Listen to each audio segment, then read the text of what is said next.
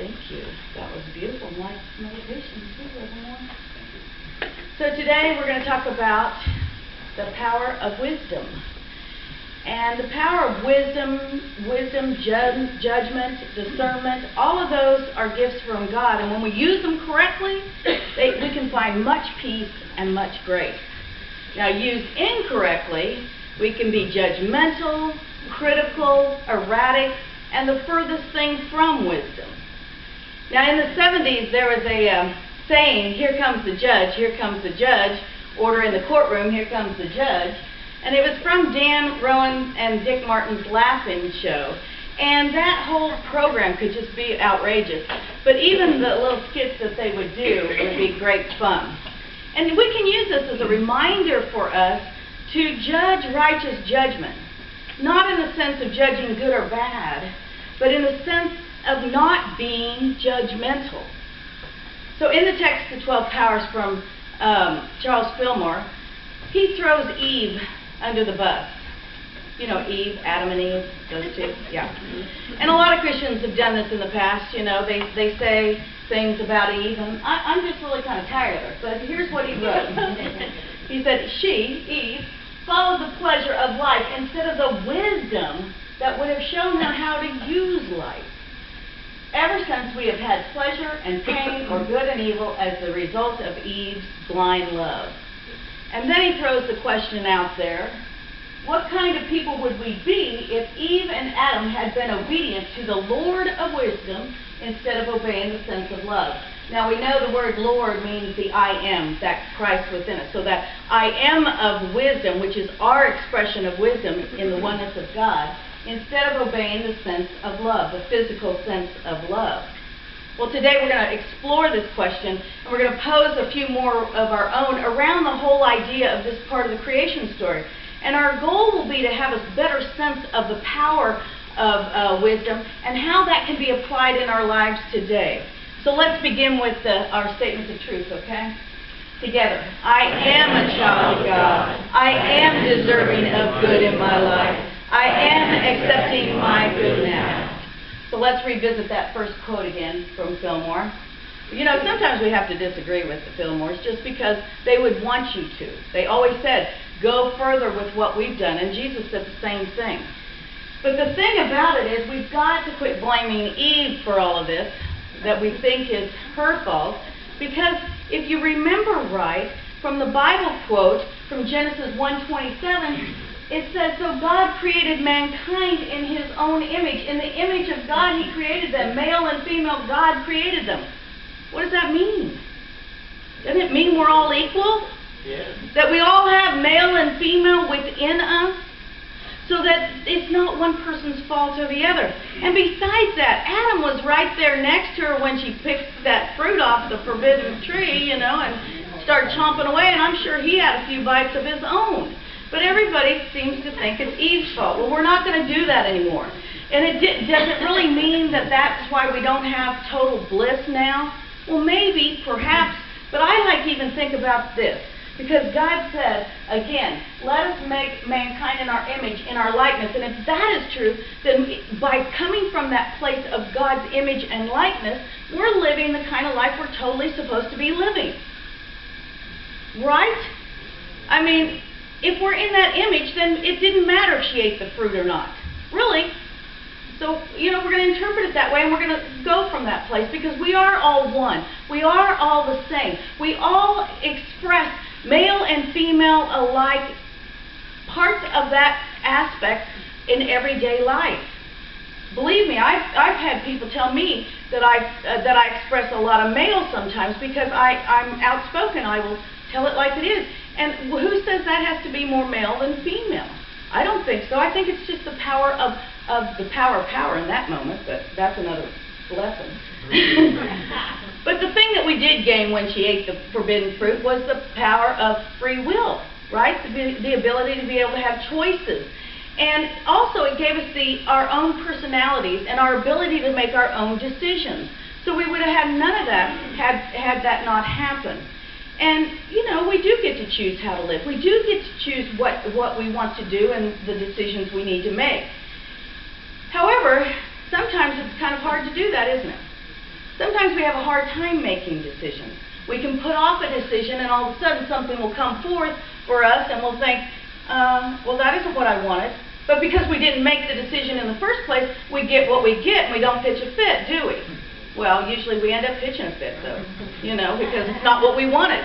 But we didn't come forth and make the decision. And that's what the power of wisdom can help us do. It can help us, put us in that right frame of mind to be able to go forth and make the decisions in our life that are going to be for our highest good. Not the decisions that are going to bring us down or let us wallow around in all the things we don't want. But we have to be able to engage that power of wisdom and know how to discern for ourselves and know how to make righteous judgment. Right judgment for us and for all those around us. Now, believe me, I used to say all the time, que sera, sera, what will be, will be. And then whatever happened, that next thing that happened, I would go, well, I guess that's the way it's supposed to be. Oh, I got pregnant, I guess that's the way it's supposed to be.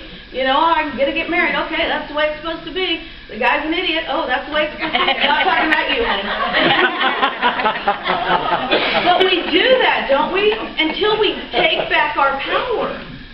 Oh, I'm driving down the street. Oh, my gas tank's getting low. I better get some gas. Oh, I ran out of gas. We do these silly things.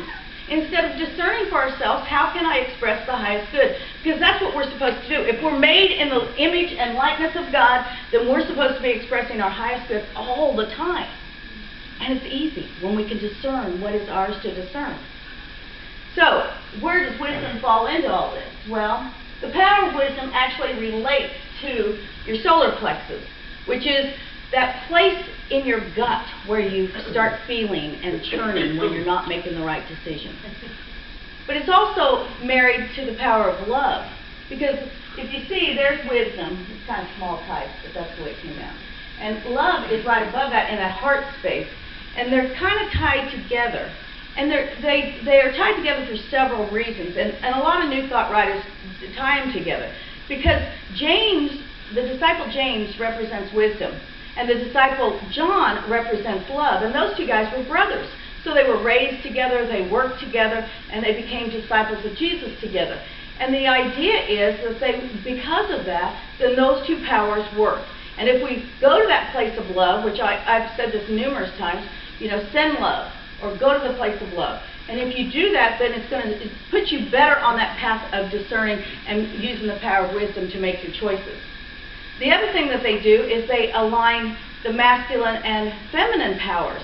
You see, love is a feminine power, and wisdom is a masculine power. So those two help balance each other out too. You've got that whole thing going there. And the third thing is, because they are located close in your body, they work together with the nervous system that goes around to the back where strength comes in, which we talked about the last time I spoke.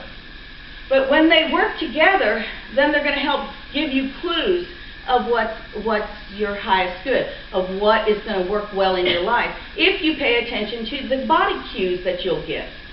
Charles Roth, in a 12-power meditation exercise, the text he wrote, he says, one of the reasons we get into much of the trouble that keeps us tense, worried, and crawling the walls is that we ignorantly divorce or separate love from wisdom. The two must go together to give the balance necessary for harmonious and wholesome expression. So we can go back to that idea of letting it be que sera, sera. We might be in love with somebody or think we love somebody, and so we go with that instead of allowing the power of wisdom to come into the expression of that love and say, I might love that person, but not a good choice. Or, I might love that cake, but not a good choice today. Or I might want that extra whatever to eat, but not a good choice. So when we use them together, the power of and the balance that comes in that comes together really well. Now I gave you, well, we're not there yet. So anyway, and this is important because we don't want to go to that place of reacting to the people or places or situations in our lives that aren't good, the choices that we've made even in the past. So who cares if you ate that other piece of cake? Don't beat yourself up for the rest of the day. Who cares if you made that wrong relationship, 10 years ago, 20 years ago, 50 years ago, whatever it was? Do not let that still be interfering in your life. you can use the power of wisdom and the power of love to release that and move forward into a new way of thinking for yourself. We can start thinking about making healthy decisions. We can start releasing that guilt or shame in any relationship that we've had. We can take care of ourselves in a healthy manner by using the power of love and wisdom together. And mainly focusing on wisdom today, because that's a tough one for a lot of people. How do I decide what I'm supposed to do? How am I supposed to know what I'm supposed to do? And we can easily figure that out on a good day, but on a bad day, no, we find imbalance, don't we? We find ourselves going, oh, here we go again. And then, it's you know, I don't know what to do. And then we end up going to that drama zone, don't we? Where everything, you call up every girlfriend you have or every friend you have and start going, oh yeah, well gosh, if you only knew, if you were only here, you'd see what is all going on. No, we don't have to go to that drama place. We can find that place of wisdom and find that place of peace. Because that's what our goal is to come from that place of peace. We don't have to go to drama zone. So let's look at the other part of the quote from Fillmore. He said, she follows the pleasure of life instead of the wisdom that would have shown her how to use life. You see, when we go to that place of just thinking about the pleasure of life, oh, this is going to feel so good, I'm going to just do it. Instead of looking at it from the place of wisdom, we're allowing our ego to take us on that drama zone trip, aren't we? We're allowing that to just keep us going. And when we think about it, all we have to do is take a breath and stop and breathe and kind of like go, hey, wait a minute, what's going on here? Because wisdom can be an invaluable power if we use it correctly. Wisdom can allow us to discern and make decisions for our highest good. Now, there are several ways we can go about that. And to find that guiding light of wisdom, we all have done this at one time or another. I know you have, and it's an easy way to do it. You know, it's that one feeling, that gut feeling I was talking about earlier, when you get that churning in your stomach. You know, you get in the car and you start driving, and you hear this little, maybe it's not even a voice, maybe it's just, you know, a nudge, like, go this different way. But hey, you've always gone the same way to work or to the grocery store. No, I'm going to go my way. And you tell yourself, okay, I'm just going to keep driving. And then it's like, no, go the other way. And pretty soon you come upon a wreck or traffic jam or whatever it is, and you didn't listen to that guidance. And then you're sitting there and your stomach starts to churn and you start getting that drama going and you start getting upset instead of going from that place of love and wisdom. If you would have gone by the guidance that you received, you would have found that peace and that place of grace and not gone to that place of opposite of love. We've also done it when somebody has said something to us, right?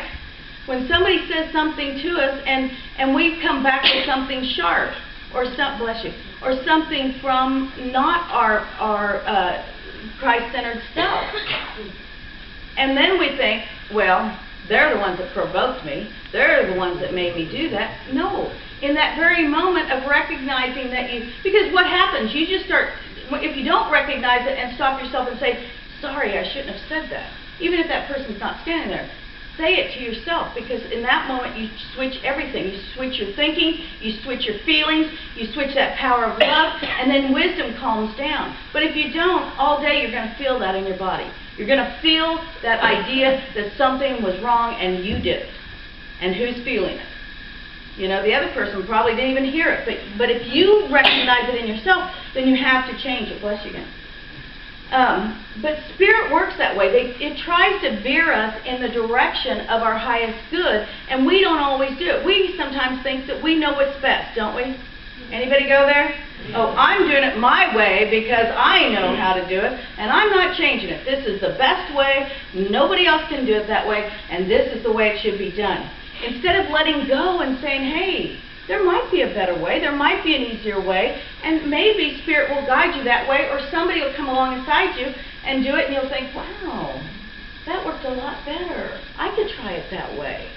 You know, we get so headstrong, and we get so in ourselves, and all of this shows up in our bodies. All of these sensations will show up in our bodies, won't they?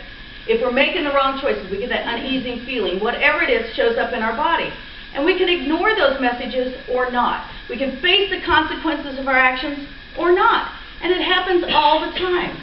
In The Power of Wisdom, in that chapter in Fillmore's book, he gives us this formula for looking at people, places, and situations in our lives. And he says, and I think it's on this too. Yeah, it is. In the body, conclusions are reached through experience. In intellect, reason is the assumed arbiter of every question. In spirit, intuition and inspiration bring the quick and sure answers to all the problems of life. Well, see, I made this little chart out of that one quote because I allowed Spirit to come through me and say, hey, this is something more than just this quote that's speaking to you. It can speak to other people. So that's what I gave you today. And on this side is the quote from Fillmore and along with my own words. But how we're going to use this chart is to inspire our threefold nature of being. And being is a capital B. And when we're in that place of being, then we're centered and we're calm and we're utilizing those powers that God has given us, and we're moving through life for the highest good for ourselves and the highest good for everyone. So here's how we use the chart. On the side here, if you look at that quote again, it says the body, conclusions are reached through experience. So on the side here I put body, experience. So you look at where, well, at the very top you want to put down any situation that keeps showing up for you. Now, we've all been there, where something just keeps nagging at us or keeps showing up time and time again, and you're thinking, I've learned this lesson, I don't need it anymore, God, leave me alone, right? Mm-hmm. Well, sometimes it's there because we haven't really worked all three areas of our beingness. We might have decided, okay, I'm not going to have that cake anymore, I'm not going to have that drink anymore, I'm not going to be grouchy to that person anymore, I'm going to send them love. But if you haven't really synthesized it in all three areas of your being, then it's going to come back. So this is a way to look at all three areas. So first off, you want to put that people, places, or situation on that top line. And you might need 10 of these. There's more out there, okay? I don't know. One might not be enough. Or you can make copies at home. Take a blank home. But then, so on this first line, we have our threefold nature. We have the body or the experience. We have the mind, which is the intellect or reasoning. And then we have the spirit or the intuition and inspiration. We were talking about intuition earlier about the dragonflies. I wore my dragonfly today, and so did Sandy. Yeah, I knew that. It went out of my head for a second. Anyway, so are you using your intuition? So this is how we have to look at it. Each one of these areas, and we have to see what it is. So the people, place, or situation that keeps showing up in what area? So perhaps you're talking about the idea of something that just keeps slamming to you physically, okay, that body aspect. Maybe it is your weight. You look in the mirror and you're going, oh crud, there it is again. You know, it just keeps, it just won't go away. It just keeps hanging there. Why is it hanging there? I'm trying to do what I need to do. Well, so you would write in the body experience, you know, weight. And then you need to look at how, are you looking at the idea of this situation? Are you doing anything as far as mind or intellect go? And you go, what? My weight's not going to be about my mind and intellect. Well, then you need to go over to this other area here where it says situation that needs attention. Well, this area I might need some attention when it comes to my weight. And then down here where it says spirit and intuition, am I really using that idea of wisdom and allowing that Spirit of God to come through me as inspiration and as my intuition to allow me to know where I'm supposed to be going and what I'm supposed to be doing? You see what I'm saying? And maybe you are and maybe you aren't. But if any one of these three areas is not working, then you're falling short of being that complete cycle of yourself. So over in this next column you could write down, maybe I'm not doing anything as far as the intellect or reason goes. So what could I do to bump this up, and what kind of ideas? And you know, you might just start writing down words. You might just be writing down ideas. The first one that comes to my mind to use the intellect and reason, am I looking at a food plan or menus that are going to be the best and serve me the highest good? You know, am I actually looking at what I'm eating all day? Or am I keeping a food journal? Maybe that's what you need to do intellectually to get yourself into the other phase. But you can do this with anything. I'm using ways as an example because I think it's an easy one for most people to think about. Now, spiritually, are you doing anything? I mean, are you taking and really allowing that intuition to say, if you start getting that churning in your stomach, no, I shouldn't have that other piece of cake, are you listening to that? Are you using that for inspiration to say, hey, it's okay, don't eat that other piece of cake, but get you a carrot or get you a piece of celery or whatever it is that you need to make that satisfy that body part, that experience that keeps slamming into you. Do you see what I'm saying? So it could be even about a relationship. But by the time you get done, you find ways to try to make this all work. Now, you could be saying to yourself, when it comes to that spiritual part, well, gosh, I pray and meditate, and that's what you told me you wanted me to do. You want me to pray and meditate, and you want me to sit around and for hours, or every day do 20 minutes, and just, And I say, no, that's not enough. You know why? Because the whole idea is a yes and no. We need to pray, and we need to meditate, and we need to take that time in the silence, but we also have to put action to it. And that's where this chart kind of helps us. It gives us an ideas of how to put action to those things that we need to make our lives more complete, to push ourselves into making decisions that are going to be for our highest good. I mean, this could be about buying a new car. It could be about a relationship with somebody. It could be anything. But if you're not looking at all three areas of your life and how that's showing up for you, then you're not using the power of wisdom to truly find true balance in your life. Does that make sense? Yeah. Yeah. So to use that power of wisdom, we have to look at all of it. Our goal, though, is to be able to put that energy of God into practice, to be able to discern what is ours and align God's energy to receive our highest good. So, again, we want to look at how the experience is showing up. What are we reasoning? What are we using our mind or our intellect in this situation? And is it all about our headstrongness? Maybe that overpowers it all because we know what's best and nobody else knows us. We get into that mindset. Or are we really listening to our intuition, to that inspiration that is God, those little ideas? I've told you this before. I mean, I've stopped on the street and pulled over to write down an idea that God is sending me. Because in that moment, if you don't absorb that and take that on, then you're not going to be manifesting that in your life. You're not going to allow that to synthesize and bring you something better and higher. So even those little things like that are important. And I know that taking that time to pray and meditate or listening to those little messages and stop and write them down, it's those moments that we have true connection with God. Those are those true times that we know that oneness of God and we can experience it. And we feel it within ourselves as the power of wisdom. And it does bring us that peace. It brings us that grace because it's that idea of knowing when we know. That's turning on the power of faith, that's just illuminating that power of faith. So when we step into using that power of wisdom as an attribute, it can engage and activate that Christ within. That's why we want to study all these 12 powers, is to activate that Christ within.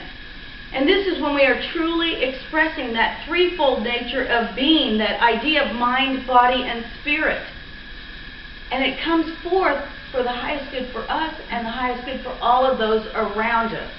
You see, when we discern our best experience, rationalize with wisdom, and use our intuition to inspire our choices, which is the power of wisdom, we will be listening to that still small voice of God that is boldly crying out to guide us. This is when wisdom shows up and shows us how to live life that Fillmore was talking about. Wisdom will show us how to live life. And this will be the great day of judgment, which can happen at any nanosecond of the day when we turn within and listen to God for inspiration. Thank you for being here today. God bless you.